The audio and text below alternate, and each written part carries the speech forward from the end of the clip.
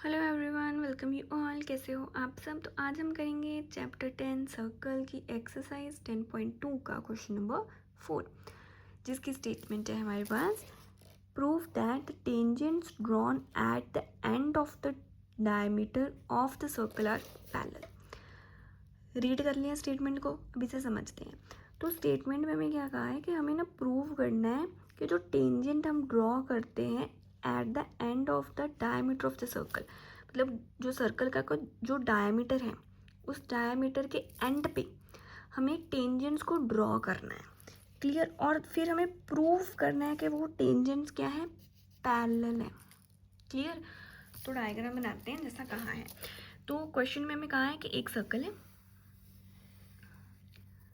Circle का diameter है और डायमीटर का जो एंड पॉइंट है उस पे टेंजेंट है। क्लियर। और यही टेंजेंट्स जो हैं वो पैरेलल हैं, ऐसा प्रूव करना है। तो जब भी आपके पास कोई टू प्रूफ जैसा क्वेश्चन आएगा तो सबसे पहले आप उसमें लिखोगे कि आपको गिवन क्या है और आपने टू प्रूफ क्या करना है। तो गिवन आपको क्या है, इसमें गिवन है कि टेंजेंट है। गिवन में तो आपको एक सर्कल है, ठीक है, विद डायमीटर, जो भी आपके स्टेटमेंट का पॉइंट होगा आप वो लिख देना कि आप में गिवन क्या है। और टू प्रूफ हमें क्या करना है कि जो इसके टेंजेंट्स हैं वो क्या है, पैरेलल हैं। तो टेंजेंट्स को हम क्या करेंगे, नेमिंग दे देंगे।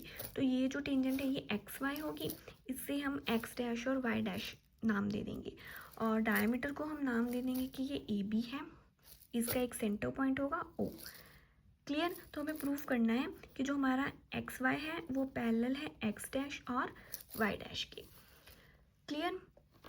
तो अब जैसे हमने पहले 3 क्वेश्चंस में किया है तो हमें क्लियर है कि ओ ए क्या है, हमारा रेडियस है। तो हमें पता है कि रेडियस और टेंजेंट के बीच के जो एंगल्स होते हैं वो कितने होते हैं, 90 डिग्री के होते हैं। सिमिलरली ये भी हमारा क्या है, ओ भी एक रेडियस है, तो ये एंगल कितने के होंगे, 90 डिग्री के होंगे according to the theorem number 1। Clear. तो अब मैं एंगल्स को मान लो नेमिंग कर लेती हूँ कि ये एंगल 1 है, ये एंगल 2 है, ये 3 है और ये एंगल 4 है। अब जो एंगल 1 है वो एंगल 4 के इक्वल है और एंगल 2 जो है वो एंगल 3 के इक्वल है। एंगल 1 जो है वो एंगल 4 के इक्वल है, एंगल 2 जो है वो एंगल 3 के इक्वल है। इस चीज़ को ना आप ऐसे समझो कि दो पैरेलल लाइन्स हैं और उनके बीच एक ट्रांसवर्सल लाइन है। तो हमारे जो ऑल्टरनेट एंगल्स होते हैं वो क्या होते हैं, इक्वल होते हैं। उस अकॉर्डिंग हमारा 1 और 4 क्या है, इक्वल है। 2 और 3 क्या है, इक्वल है। क्योंकि वो 90 के हैं, वो तो इक्वल ही हैं।